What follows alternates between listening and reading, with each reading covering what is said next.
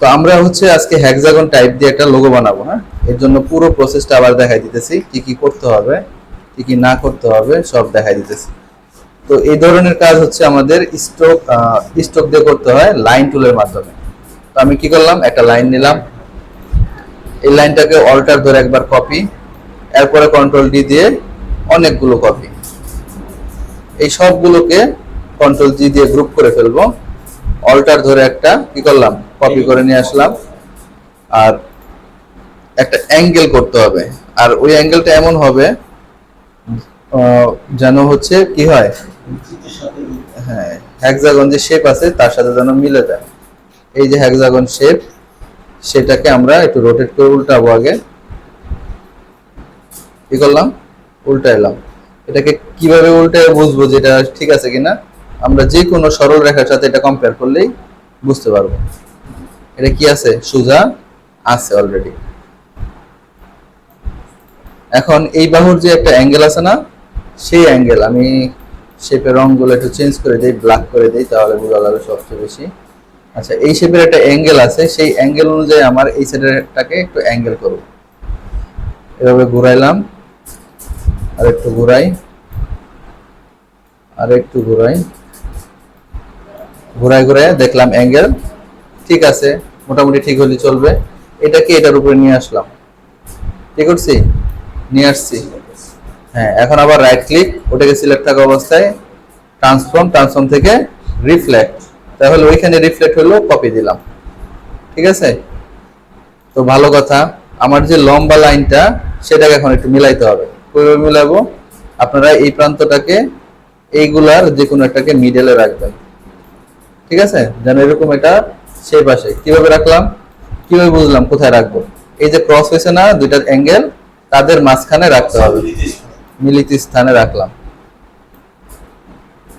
ঠিক আছে, সবগুলো যেহেতু ওইখানে এরকম আছে, তো মিলে যাওয়ার কথা। যদি না মিলে তখন এটাকে একটু ছোট বড় করে টান দিতে পারেন, এটা একটু ছোট বড় করতে পারেন। আমি একটু ছোট বড় করে নিলাম। এখন হচ্ছে আমার এই শেপটা তৈরি হয়ে গেল। এই স্ট্রোক লাইনটা একটু কমাই দিই, খারাপ দেখা যাইতেছে। হ্যাঁ, এরকম থাকবে। হ্যাঁ, মোটামুটি মিলছে।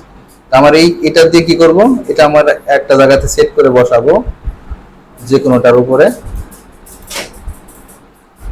এটাকে একটু বসাইলাম। এটার কাজ হচ্ছে আপনার দেখবে, আমাকে গাইডলাইন দেবে যে আমি কতটুকু অংশ রাখবো আর কতটুকু অংশ বাদ দিব। বুঝছেন, এই অংশটুকু এটা নিলাম। এখন এটাকে কন্ট্রোল 2 দিয়ে লক করে দিলাম। কি করলাম, লক করে দিলাম। আমার এই অংশটুকুর ভিতরে আমি এখন যা যা কাজ করতে চাই সেটা করব। ধরেন আমি এখন এই এমটি বানাবো। কি বানাবো, এম আর টি বানাবো। চলেন এটাকেই বানাই, দেখে দেখে তো বানাই। এম আর টি যদি এখানে বানাইতে চাই তাহলে আমাকে কি কি করতে হতে পারে। তো প্রথমে আমি হচ্ছে শেপ বিল্ডার টুল নেব। পুরোটাকে সিলেক্ট করে শেপ বিল্ডার টুল। আমাকে হচ্ছে প্রথমে এই লাইনটা টেনে ফেলি, কি করি, এই যে চতুর্দিকের যে লাইনটা আছে না, সেটাকে টেনে ফেলি। তো সেটা হচ্ছে এইখান থেকে শুরু করলাম। আচ্ছা, প্রথমে এম এর জন্য এই অংশটুকু বানাই যায়। এরপর হচ্ছে এইখান থেকে এই পুরো অংশ একটা গ্যাপ রেখে পুরাটা অংশ কি করলাম, আমি চলে আসতেছি। আচ্ছা, একটু ভুল হয়েছে, এটা ভিতর দিক দিয়ে আসবে, বাইরের দিকে দিয়ে চলে গেছে। এটা আসার পরে এদিকে আসবে। এখানে দেখতেই একটু সমস্যা, আপনি অভ্যস্ত যখন হয়ে যাবেন তখন আর সমস্যা হবে না। বুঝছেন, আমি এটাকে একটু ফিল করি, তাহলে আপনারা আরো সুন্দর বুঝতে পারবেন। এটা হচ্ছে এই শেপ, এটা হচ্ছে আরেকটা শেপ বানায় ফেলছি। এখন কি করতে হবে, একটা গ্যাপ আছে, একটা গ্যাপ দূরে এই শেপের সাথে এই অংশটুকু মিলাই দিতে হবে। আর কি করতে হবে, আরেকটা এম এর জন্য আরেকটা অক্ষর টানতে হবে।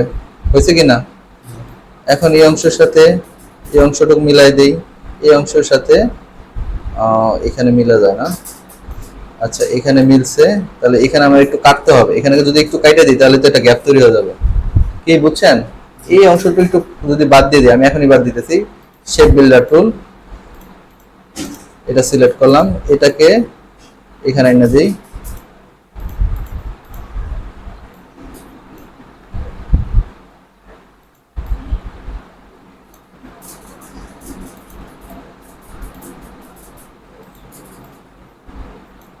এই হচ্ছে গ্যাপটা তৈরি হয়ে গেছে।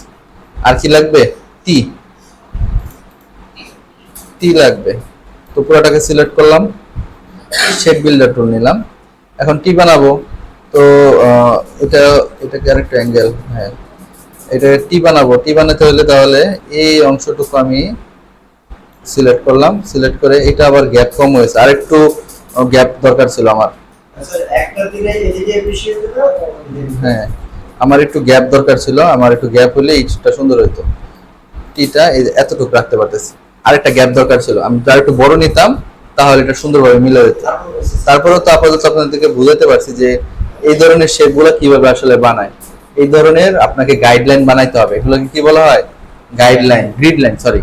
এই দেখেন আপনাদের রাইট ক্লিক করার পরে যদি কখনো শো গ্রিডের অপশনে ক্লিক চলে আসে, তখন দেখবেন গ্রাফ পেপারের মতো আপনার গ্রিড চলে আসে। এটা গ্রাফ পেপার না?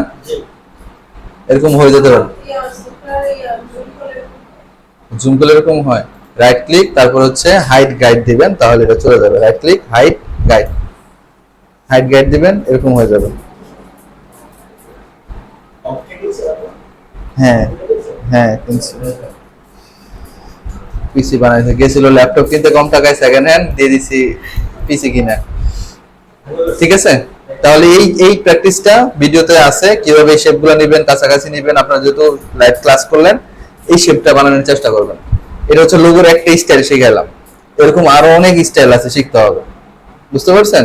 ধাপে ধাপে এই লোগোগুলো প্র্যাকটিস করবেন। আগামী ক্লাসে হচ্ছে আমরা করে দিব, অ্যাকাউন্ট ক্রিয়েশন করে দিব, যেন আপনারা লোগো ডিজাইনের কন্টেন্ট গুলাতে, হ্যাঁ আগামী রবিবারে